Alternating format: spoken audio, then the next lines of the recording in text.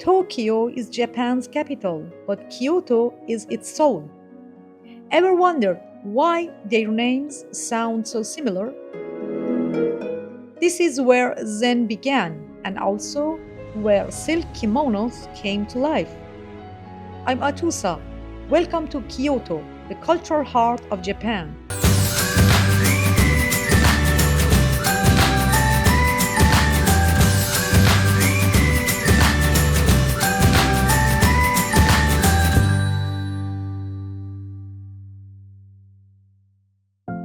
Kyoto, which literally means capital city in Japanese, served as Japan's imperial capital for 1,000 years up until 1868. Eventually, the seat of government moved to Edo, which was then renamed Tokyo, meaning Eastern Capital. The name itself is a reminder that Kyoto, while no longer the political center, still remains the cultural and traditional heart of Japan. Our day trip in Kyoto started from the city center. Not far from there, we visited Pontocho, a narrow stone-paved alley known for its traditional wooden buildings and Japanese restaurants. Since the 17th century, this place has been one of the main districts for geisha performances, those highly trained women artists skilled in music, dance, and tea ceremony.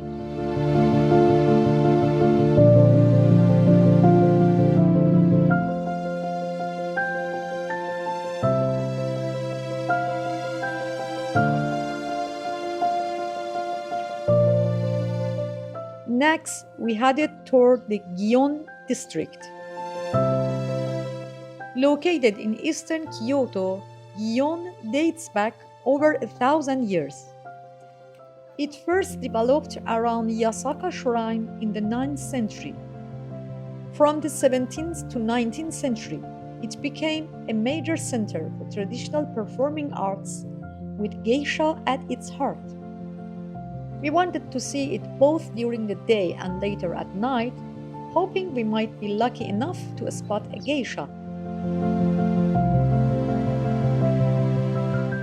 From there, we walked to Kennin-ji Temple, right in the heart of Kyoto's historic Higashiyama area, the oldest Zen temple in the city.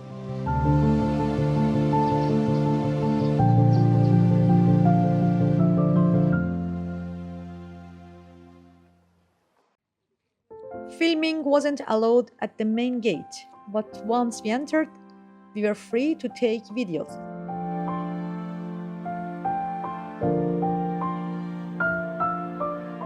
Kennin-ji was founded in 1202 by the famous monk Aisai, who introduced Zen Buddhism to Japan after traveling to China.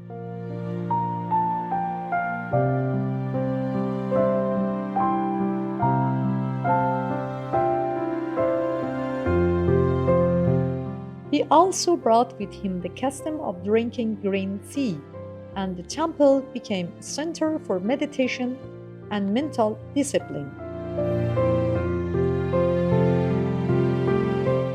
In some parts of the temple, you'll find beautifully reconstructed versions of centuries-old paintings, while the originals are preserved in museums. Around the temple halls, traditional Japanese gardens with carefully placed stones, moss, and white sand create a peaceful space designed for silent reflection.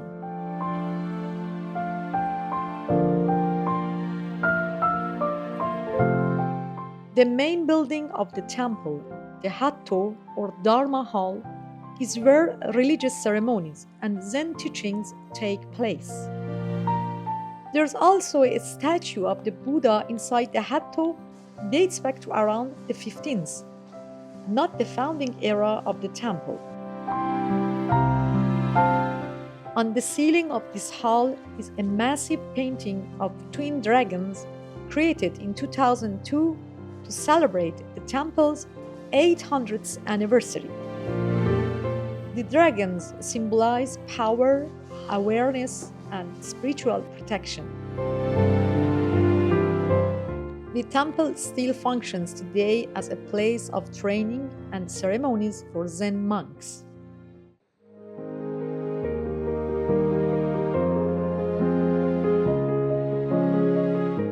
Our next stop was the Nishijin Textile Center.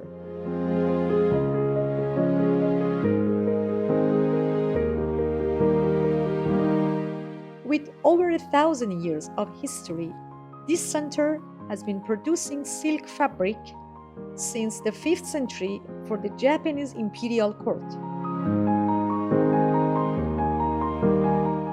Visitors can watch the weaving process up close and even join small workshops.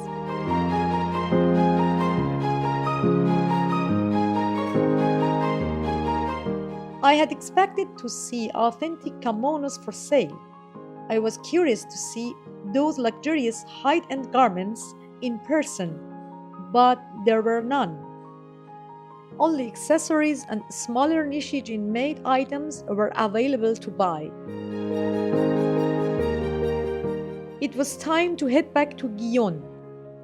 We explored as many alleyways as your legs could handle, but sadly, we didn't see any geisha. My guess is that they only appear during specific seasons or for certain cultural events, not all year round. Since we didn't get the chance to see a geisha up close, we turned to one of the city's traditional stage performances, a show called Kamogawa Odori, held every May. Filming inside the performance hall wasn't allowed, so I only captured a few shots of the venue itself. Kyoto is often described as the cultural soul of Japan, and while that's true, the city is largely modern, so you can't expect to feel all the Japan in every corner of the city.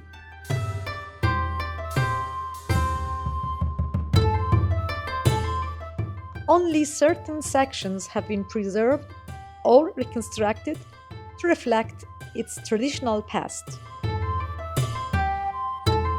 Still, visiting these historical and cultural pockets remains a unique and memorable experience for any traveler, and these reconstructions are very much part of the global tourism landscape today. Thanks for joining me, and I'll see you in the next video coming to you from Japan.